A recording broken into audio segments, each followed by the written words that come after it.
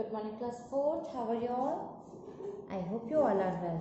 This is your English class. Please check out your basic English grammar and composition part 4 book. Now please open page number 26. Verbs. Okay. So in our last class we have learned about noun, pronoun and adjective. है ना, ये सब चीजें पढ़ी थी हमने. ये क्या था आपके parts of speech. Next part of speech is your verb. क्या है? Verb. A verb is a word used to say something about some person, place or thing. verb वो वर्ड होता है जो कि यूज किया जाता है किसी पर्सन, प्लेस या थिंग के बारे में बताने के लिए. It tells us what the subject is or does. और इसमें बताया जाता है कि कोई जो सब्जेक्ट है वो क्या है या क्या कर रहा है. Sunday is the first week of the week. इसमें क्या बताया जा रहा है कि संडे क्या है? First day of the week है. तो इसमें जो इज है यानी है वो आपका क्या है? वर्ब है. क्या है ये? Verb. They are my sister. इसमें बताया जा रहा है वो मेरे क्या है? सिस्टर हैं. With the help of are हैं से. सो वो मेरी सिस्टर्स हैं. आर इज वर्ब है. The sun gives us heat and light. अब इसमें बताया जा रहा है कि सन क्या कर रहा है, क्या करता है. सो वो क्या करता है? गिव्स करता है यानी देता है. क्या देता है? Heat and light. We worship God daily. हम क्या करते हैं इसमें बता रहे हैं? वर्शिप करते हैं गॉड की डेली. ठीक है. सो इसमें कोई चीज क्या है या कोई चीज क्या कर रही है, यही हमारा वर्ब होता है. Okay. So whatever we do is verb. Okay. In sentence 1, is the verb. It tells us what the subject Sunday is. Sentence 1 में is हमारा verb है क्योंकि ये बता रहा है कि जो Sunday subject है वो क्या है. In sentence 2, are is the verb. It tells us what the subject sisters are. Sentence 2 में are verb है आपका क्योंकि ये बता रहा है कि sisters क्या हैं. In sentence 3, gives is a verb. It tells us about the subject son does. So what does son does? So here gives जो है हमारा verb है वो बता रहा है कि son क्या करता है. In sentence 4, worship is the verb. It tells us what the subject we do. Fourth one में जो हम we हैं, we मतलब हम हैं, वो क्या कर रहे हैं, क्या करते हैं वो बता रहा है, इसलिए ये भी verb है. ठीक है. Is it clear? Next one is adverb. An adverb is a word used to add something to the meaning of verb, adjective or another adverb. So adverb वो word होता है जो कि किसी भी verb, adjective या फिर किसी और adverb के साथ कोई meaning जोड़ दे. ठीक है, कुछ एक meaning जोड़ दे. For example, Raksha helps other happily. Here happy is the adjective और उसमें ILY हैप्पीली कर दिया हमने. ठीक है, खुशी से. तो जब हमने ILY कर दिया इसके आगे तो ये बन गया एडवर्ब. हैप्पी क्या था हमारा? एडजेक्टिव. और हैप्पीली क्या बन गया हमारा? Adverb. The sun rises is very charming. अब वो राइज तो करता ही है. ठीक है करता है ना, लेकिन कैसे करता है? वेरी चार्मिंग, बहुत ही ज़्यादा करता है. तो ये हमने इसमें एडिशनल कर दिया. ठीक है, कि बहुत ज़्यादा चार्मिंग है. Sunita pronounce the word quite correctly. Sunita pronounce करती है वर्ड को क्वाइट करेक्टली. करेक्टली क्या गया? हमने क्या लगा दिया? क्वाइट यानी कुछ हद तक करती है. ठीक है, अच्छा करती है. तो यहाँ पे जो क्वाइट है ये एक्स्ट्रा मीनिंग दे रहा है. हम ये भी बोल सकते थे Sunita pronounce the word correctly.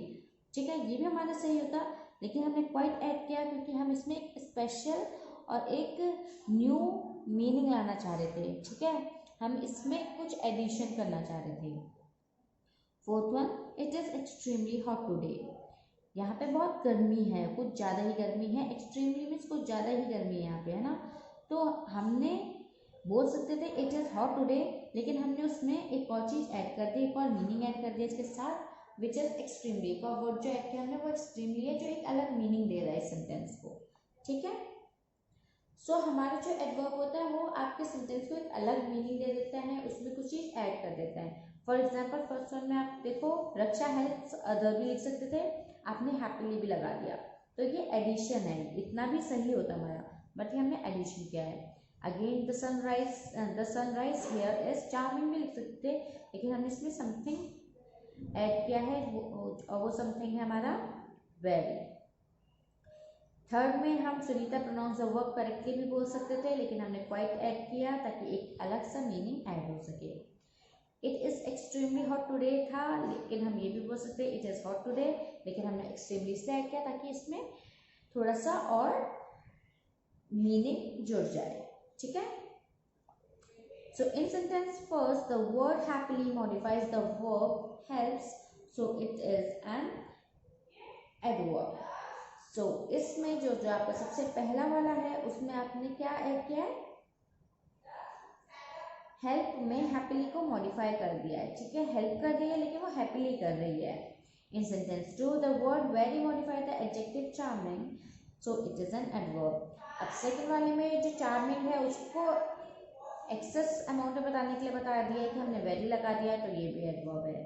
In sentence 3 the word quite modified to this adverb correctly, जो करेक्टली एडवर्ब था उसके साथ हमने क्वाइट को ऐड कर दिया है, तो इसने इसको और मीनिंग दे दिया, इसे और मॉडिफाई कर दिया है।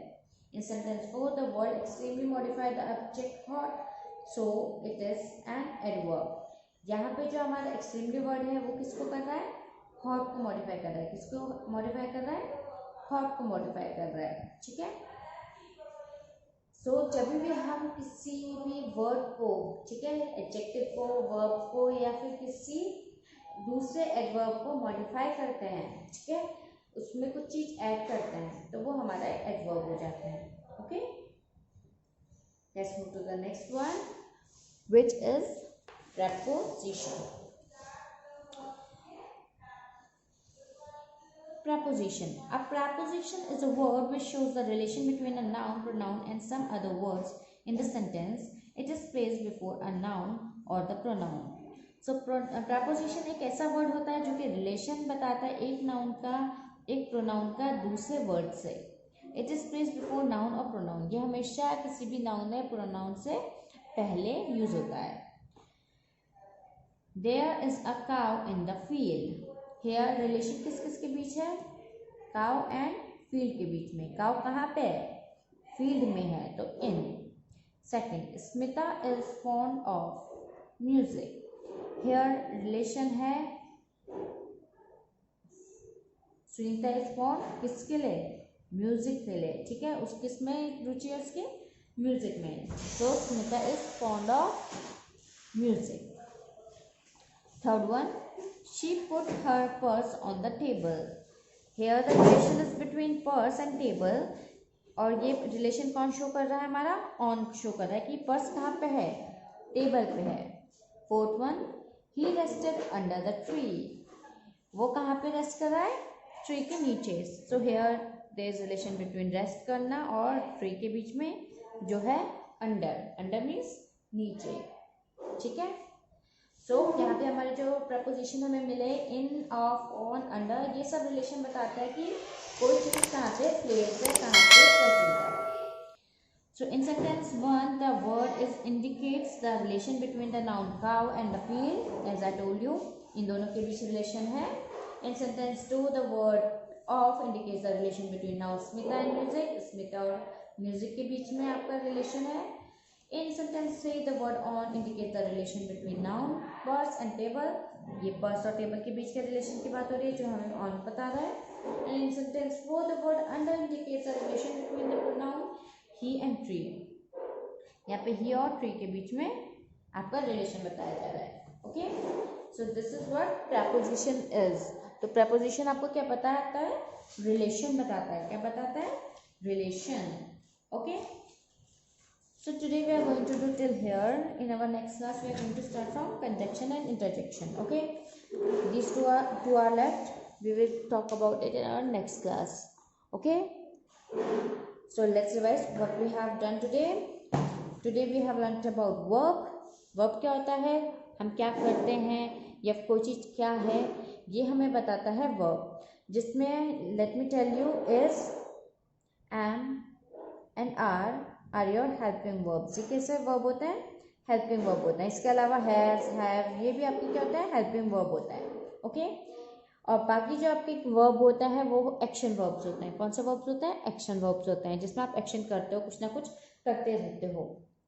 ओके, सो वर्ब पढ़ा था हमने, फिर एडवर्ब पढ़ा था जो कि किसी एडजेक्टिव या फिर वर्ब में या फिर एडवर्ब में एक मीनिंग ऐड करता है। फॉर एग्जाम्पल वेरी, लीली वाले जो वर्ड्स होते हैं वो, ठीक है, इसमें एल वाई लगता है लास्ट में, ठीक है, वो सारे आपके क्या होते हैं? एडवर्ब्स। और last one is your preposition. Preposition relation बताता है आपका, ठीक है, यानी दो चीज़ों के बीच में जो रिलेशन होता है वो बताने वाला हमारा प्रपोजिशन होता है। Okay class, so in our next class we are going to start from here with that's a class and here I will see you the next time. Till then, stay home, stay safe.